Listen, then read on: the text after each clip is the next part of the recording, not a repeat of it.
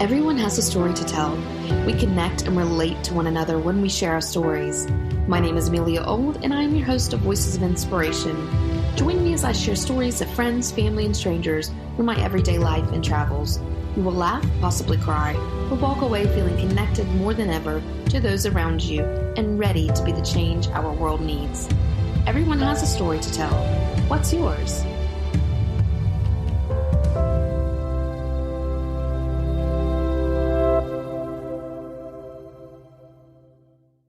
Welcome to Voices of Inspiration. I am your host, Amelia Old. Thank you for joining me today. If you are new here, I share stories of people in my everyday life and those I meet along the way. I think we all have a story to tell, and it's my desire to give as many people as I can that platform so that we can connect and inspire each other on a deeper level. So my husband and I have been involved with an organization, Cancer for College, for many years. They provide college scholarships to cancer survivors, and we're extremely passionate about the organization and their mission. And in 2018, we raised money for them while hiking to Mount Everest Base Camp through a campaign called Hike for Hope. Now, this was our first major trek, our first major hike. We had never hiked anywhere before. And so go big or go home. And through that journey, there were a lot of challenges, both physically and mentally. And it was just an incredible journey, an incredible experience. And we were able to set up the Old Family Scholarship after that journey. It is awarded to a student who not only has survived cancer, but also had to overcome incredible odds and obstacles in their path to college. And today's guest is the first ever recipient of our family scholarship, Aspen Heidekrueger. She's a 22-year-old cancer survivor who was diagnosed with lymphoblastic leukemia at the age of 13. She spent 3 years undergoing one of the most intensive chemotherapy regimens in existence. She's now cancer-free, but struggles with long-term side effects from chemotherapy. Despite everything she has been through, she has become an avid speaker, blogger, and advocate for young girls and adult cancer survivors. She shares her experiences on her blog, Complicated Cancer. Thank you for joining me today, Aspen, and being willing to share your journey with me and with my listeners. Yeah, thank you so much for having me. It's great to be here. Can you walk me through the beginning of your diagnosis and what led to that first doctor's appointment? Yeah, so I was quite the athlete. I was playing soccer competitively at that time, and we were in the middle of the season. So during that time, I started to have really bad headaches every day, and eventually I had really bad abdominal pain that joined those headaches. I also got some pretty frequent nosebleeds. Now, I almost thought that I just had some kind of weird flu or something, but it was on the soccer field one of those days during a game that an opponent knocked me to the ground and I could not get up. And it wasn't just because she knocked the air out of me. There was something really wrong. I felt pain like I had never felt before. And so after the refs helped me off the field and they took me out of the game, my mom took me to the hospital. So we went to our local hospital and they did some tests and took some blood. And I didn't hear what the consensus was. They actually sent me down to a bigger hospital in a bigger city nearby. They had told my mom what they suspected, but didn't tell me. They didn't want to worry me unless they knew for certain. So I found out the next day, actually. We spent the night in the hospital, and I remember the doctor coming in and sitting on my bed and saying, "Aspen, you have cancer, leukemia." And I didn't even know what leukemia was at that point. I knew cancer was dangerous and deadly sometimes, but nothing much past that. And that's kind of how it all started. Because you were 13 at the time, what was going through your mind as a 13-year-old? Yeah, so it all kind of felt like a blur, to be honest. I kind of felt like in a state of shock. I really didn't understand what cancer even was at that point. And as soon as they began my treatment, there wasn't much more thinking that I was doing. It kind of all just started going really downhill really quickly. How did your family react to the news? So I don't think my mom even told my siblings for the first week. The rest of my family was kind of there and in the know. A few of them were at the hospital with me when I was diagnosed. They had heard the news and were there to support me in the initial moments. But I think it was just such a big shock for everybody. We had always struggled with health as kids, me and my siblings, but nothing like that. So it was just going to be such a big lifestyle change, and they didn't know how my body was going to handle the treatment. I'd always been kind of sensitive to chemicals, being around strong smells and petrochemicals and gas stations and stuff like that. So they were really worried about how the treatment was going to go. I've read a lot on your blog, Complicated Cancer, and you write about your entire experience, which I highly recommend everyone take time to read it. You are truly an incredible writer. But there's a part that you say, I don't remember receiving my first dose of chemo, but I remember the moments following. I went into what my doctors described as a state of drug-induced psychosis. My brain felt like it was on fire, and I began panicking, crying, and screaming bloody murder. I believed it was a nightmare fighting for my life against some invisible enemy. I actually bit nurses that tried to restrain me. That is the last thing I remember before falling into a coma. Can you talk a little bit about what happened after this?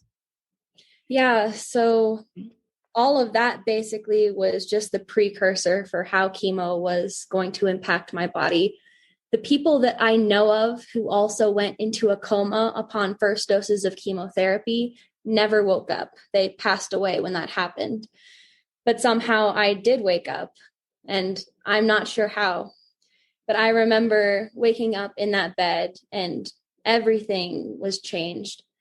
My body was in so much pain. I kind of describe it to people as feeling like I got hit by a bus, as if all the bones in my body were broken.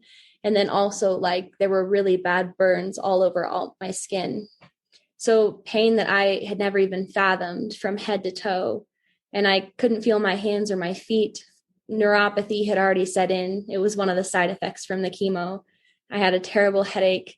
I was too nauseous to even think about food. And I also couldn't move. During that week that I was in that coma initially, the steroids and high dose chemo that they continued to pump into me during that time had already wreaked havoc on my muscles, and they deteriorated really quickly. So all of that pain and all of those other symptoms and not even being able to move out of my own bed was kind of my new reality that I woke up to. Can you, because you did go through a really intense process of chemotherapy, can you talk to me more about that and walk me through that process? Yeah, of course. So acute lymphoblastic leukemia is typically a childhood disease, meaning kids under 10 are usually the patients that get that kind of leukemia. Because I was 13, I was considered a high-risk patient. And that also meant that I would receive twice as much chemotherapy as the kids who were under 10 for that same treatment regimen. So I was getting twice as much chemotherapy as the younger kids. And also I was already very sensitive to those kinds of chemicals. So it was just like the perfect storm for the worst combination. And I ended up having a lot of side effects that most patients usually do not have. What was the time frame of this as you were going through it? So the entire treatment and duration ended up being about 3 years in length. For girls with that diagnosis, the treatment is usually 2.5 years, and for boys, it's 3.5 years. Mine was almost 3 years long just because we did have to take some very small breaks, and my treatment got extended out a little bit longer. So that whole first year, I was kind of experiencing those side effects that I just described with the pain and immobility, not being able to eat, not being able to feel my hands or my feet. So I was very bedridden and very sick during that time. The doctors, even when I woke up from that coma, their prognosis was that I was going to die from the cancer or the chemo, whichever one got to me first. So somehow I held on, and that whole first year was as nightmarish as it sounds. I basically stayed home and only ever left to go get more chemo. And I couldn't move on my own, so everyone was either carrying me or wheeling me in a wheelchair. And it was just kind of a nightmare. Because you were so young at the time and maybe didn't understand at the beginning due to your age, what were your friends like? Yeah, so unfortunately at that time, what happened to me is very common for a lot of other people, which is I was young enough and my friend group was young enough that no one really knew how to handle it. So all of the friends that I had made in school, they all sent an initial polite, like, I'm here for you, I'm so sorry. And then no one reached out to me again after that point. There was just kind of radio silence. Everyone kind of ducked out. There was just nothing that they could really do, but they didn't really try either. There's just so much uncertainty revolving around cancer in general. People don't know how to react to it. They don't know how to support someone who's going through it. And it's not necessarily their fault. It's just a gray area. But I definitely lost my friends during that time, but it happens a lot, unfortunately. Do you think that there is something that we as parents could do more of to teach our children in case their friends or classmates go through some of this similar experiences? I absolutely do. And that's one of my goals as a cancer survivor, to just try to educate people on that. Honestly, the most bare minimum advice I would give is just remember that you don't have to fix things and that there's not just this complicated process. At the bare minimum, just letting that person who's going through something know that you're there for them consistently and that you care, and offering to do what you can, even if you can't do anything, just being a constant presence that doesn't leave and that's not intimidated by what's happening, just continuing to care about that person despite what's going on is the biggest thing anyone can do. Just being there, even if you're not really doing much. That's the biggest thing. You also on your blog talk a lot about chemotherapy leading to an eating disorder. Mm-hmm. So that one was very unexpected. I never really knew much about eating disorders. I really didn't even know what they were until I found myself knee deep into one. Basically, the last year of my chemotherapy regimen included high doses of a steroid called prednisone. And on high doses, a lot of people gain weight really rapidly, and usually it's a very fair amount of weight. So my life was already really out of control, and I was pretty miserable and couldn't do any of the things I wanted to. So lack of control. And then I gained so much weight on those steroids, but no one told me that weight gain was a side effect of those steroids. And so I just saw myself gaining all this weight, and I started to really hate how I looked alongside everything else in my life that I was despising at that time. And so all I knew about body image was if you eat less and exercise more, then you're supposed to lose weight, right? Simple as that. So that's all I knew. And I went with it, and I started to eat less and less, even though I was still barely eating during that time. And so I ate less and I started to run more, especially when my chemo treatment ended. And I ended up getting down to a point where I was running 10 miles a day and only eating an apple and weighing about 80 pounds. And that was the point where my doctors finally confronted me and told me I had an eating disorder. And it had gotten so out of hand. No one had communicated anything with me. And at that point, I was so miserable with my life that even though I knew I was kind of starving myself, I really didn't care. It felt fitting. And it was my one thing I could control. And like I said, I just couldn't stop until it was too late, kind of thing. In the midst of all of this, you had another challenge that you also had to deal with while you were battling your own obstacles, and your mother was diagnosed with cancer. Yes. Talk about the perfect storm, right? It was the last 6 months of my chemo treatment when my mom, who was my sole caregiver and my full-time nurse and constant companion, was diagnosed with breast cancer. So she had to begin her own 6 months of chemotherapy alongside me, and life just got a little more nightmarish after that. My house already felt kind of like its own personal hospital. I would just be here most of the time and have an IV pole and all these meds and all these different medical things, contraptions and Band-Aids and Tegaderms all around. And it felt like a sick house already. And then my mom got diagnosed, and we spent most of our time here, both recouping after chemotherapy sessions and both just being really sick.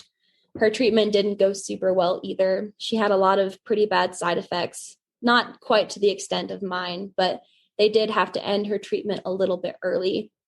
thankfully she did finish it up, and she is all in the clear and has been for about 6 years now. That's good to hear. On your last day of your chemo treatments, I read a little bit about this as you took your last dose of chemo. Can you explain how you were feeling in that moment? Yeah. So from what you know, and just hearing me describe how some of those years went, you can probably imagine why. So when I had that last dose of chemo, I wish I could say that I felt relief or happiness or triumph, but that's not the truth. I actually felt completely numb. I had been very, very broken by cancer and the chemotherapy. It had beaten me into dust until there was nothing that was left. And I had been in shock and in survival mode for so long that I just felt absolutely nothing. And the only thing I really remember thinking was that I wish I had died. I wished that, just because what I'd went through, all of that suffering and pain, it just wasn't worth it. At that point, I forgot what it felt like to even be happy. I was just used to sickness and suffering. I didn't want anything in the future. I just wished none of it had happened. And I didn't think anything was ever going to be worth it. So I thought it would be so much easier if I had just slipped away while I was in that coma. And that was the overwhelming sense I had. You write about cancer patients being high risk for anxiety and depression and PTSD. So you were right in the midst of that yourself. Yes, I definitely was. As soon as I was coming off my chemo treatment, it's like my brain flipped the switch that it had turned off. When everything was getting really bad, I went into survival mode and was mostly just focused on surviving day to day from a completely physical aspect. But when things got a little bit better and I finished my treatment, it's like my emotions got switched back on. And so I started to feel the emotional and mental weight of everything I had just been through and everything that I had lost. So I had pretty bad anxiety, depression, and PTSD. And I was still working through that eating disorder as well. Just a big accumulation of everything. And I didn't even understand I had any of those problems until they were really bad as well. How did you work through those? So it was quite the combination of, at first, just recognizing what was wrong and understanding what was wrong. I had to start working with therapists and someone who specialized in eating disorders as well. The first step was definitely acknowledging everything that had happened and what was wrong with me mentally.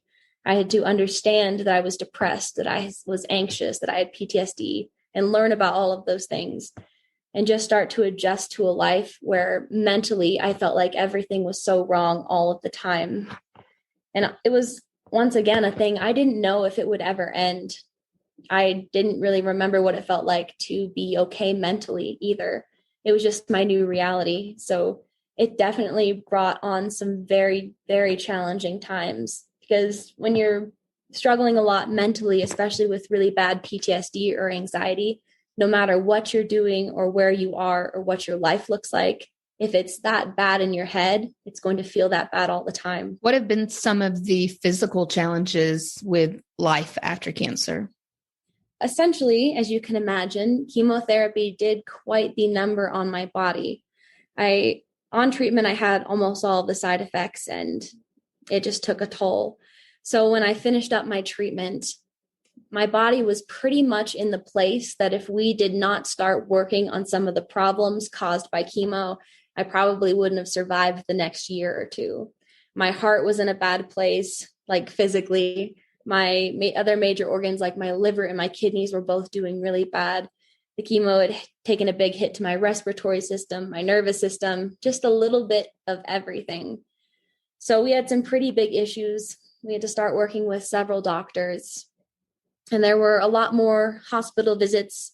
There was a couple of emergency abdominal surgeries and a lot of sick days, a lot of more sick days, which was definitely devastating in its own right. Like, you beat cancer, you go through hell, and then you come out on the other side to see that it's not even over. You have new battles to fight, mentally, physically, the whole shebang. So you and I met through Cancer for College. Can you tell me how you learned about them and talk about what they have done for you? I learned about Cancer for College when I was trying to start my own college career. Because of all of my chemo treatment and the fact that my mom was a single mother who wasn't able to work for several years while I was sick, we did not have the ability to help me go to college. And I did not have much money to my own name. So I started to look into scholarships, and the ones I was most likely to get seemed like cancer scholarships. That made me unique and made me stand out. So it was just luck that I stumbled upon Cancer for College because they've been such a great family to me. But I did just find them on a random online Google search, and thank God that I did. They have helped me so much in pursuing my college goals. I probably would not have been able to even think about going to college without their support. So it's made a really big difference in my life and allowed me several opportunities to just get out into the world and start living like a normal college student should. You're really busy with school and your blog, and you have a really super cool volunteering job. Can you first of all just tell everyone what you do? Because Yes. It's so cool. It is a highlight of my life. I work at the Colorado Wolf and Wildlife Center. It's very close to my house. And there we rescue and also shelter foxes, coyotes, and 14 different wolves. So there we give tours and also take care of all of the animals. We're certified by the AZA, the Association of Zoos and Aquariums. So we hold our animals to the highest standard of care. And it is the coolest thing to go in every day and see wolves first thing in the morning, or go into their enclosures and get a sloppy wolf kiss to start my day. And it's just such a great place to be, and it's a great cause. And I love giving tours and educating people about the wildlife there. It feels so good to be part of something like that. I think that's so cool. So what's your plan moving forward after school? Yeah, my plan moving forward largely revolves around continuing to be an advocate for cancer and cancer survivors. I want to spread as much awareness as possible and do whatever I can to support and encourage those cancer warriors and those who are recovering from cancer, the survivors. There is such a big bridge that needs to be built between those who are struggling with cancer and struggling to recoup afterwards, and people who are untouched by cancer. The people who have not had cancer have such a big potential to help the people who are struggling with it, and they just don't know how to make those steps. And I kind of want to do my part to educate people as well as support the cancer survivors. So honestly, if I have to sum it up, I just want to do my part to use what I went through and all of my experiences to make a difference. I want to make what I went through count. And I don't want any of the kids who get cancer to feel as alone or disconnected as I was. And I want them to know that the things they feel mentally and emotionally are normal. I want them to feel less alone. I plan to continue to write on my blog and get that up and going, and work on all other social media platforms. And also, I am hoping to, in the next few years, start writing a book that could also help cancer survivors and normal people alike. I am very passionate about writing, and I feel like that's a gift I could also use. I think it would also be ideal to end up on a TED Talk someday. I would love to have that kind of exposure and just be able to speak from my heart about the things that I've been through and use it to benefit everybody if I can. So if you're listening and can make that happen, contact us. If someone famous is listening to this now. Your blog, Complicated Cancer, is filled with your experiences and advice and your really beautiful photos, because you're a photographer as well. Where can our listeners find you? Yes. So if you are interested in reading more about my cancer experiences and my life now, my blog, complicatedcancer.com, is a great resource. I am also on various social media platforms. I just recently started sharing my cancer story and more advice relating to cancer on TikTok as well, in a video format, because that is a very large appeal nowadays. And you can also see videos of the wolves there. Yes, you can. Videos of the wolves and cancer. What could go wrong? And I will also link to that in the notes of this episode at voicesofinspirationpodcast.com. And if you would like to donate to Cancer for College, I will also include a link there. Aspen, do you have a favorite quote or words of wisdom that you would like to leave behind? I definitely do. I mean, it's always hard because I have so many favorite quotes, but one of the quotes that speaks to me the most is by Juliette Lewis. It is, "The bravest thing I ever did was continuing to live my life when I wanted to die." So many people reach that point in life, that point where pain is just so big and so inescapable that there seems to be only one way out. And to get to that point, to have life be so painful that you don't even know how to continue on and choose to keep fighting the same fight day after day and just keep breathing when nothing is in your favor, seems like the purest form of strength anyone could ever have. I felt like this was me so many times, and each time I fought to keep living despite the suffering. I didn't even know why. I didn't see the light at the end of the tunnel. I just fought blindly, desperately, hopelessly, so that maybe someday I would see that light. And looking back on my life, that is the strongest I ever was. Oh, that gave me goosebumps. Thank you, Aspen, for joining us and sharing your story. We're so happy that you're part of our family now, and we are grateful to Cancer for College for introducing us. Thank you to our listeners. There are hundreds of thousands of podcasts out there, and I'm so grateful that you have chosen to join us. My name is Amelia, and I am your host of Voices of Inspiration. Everyone has a story to tell. What's yours?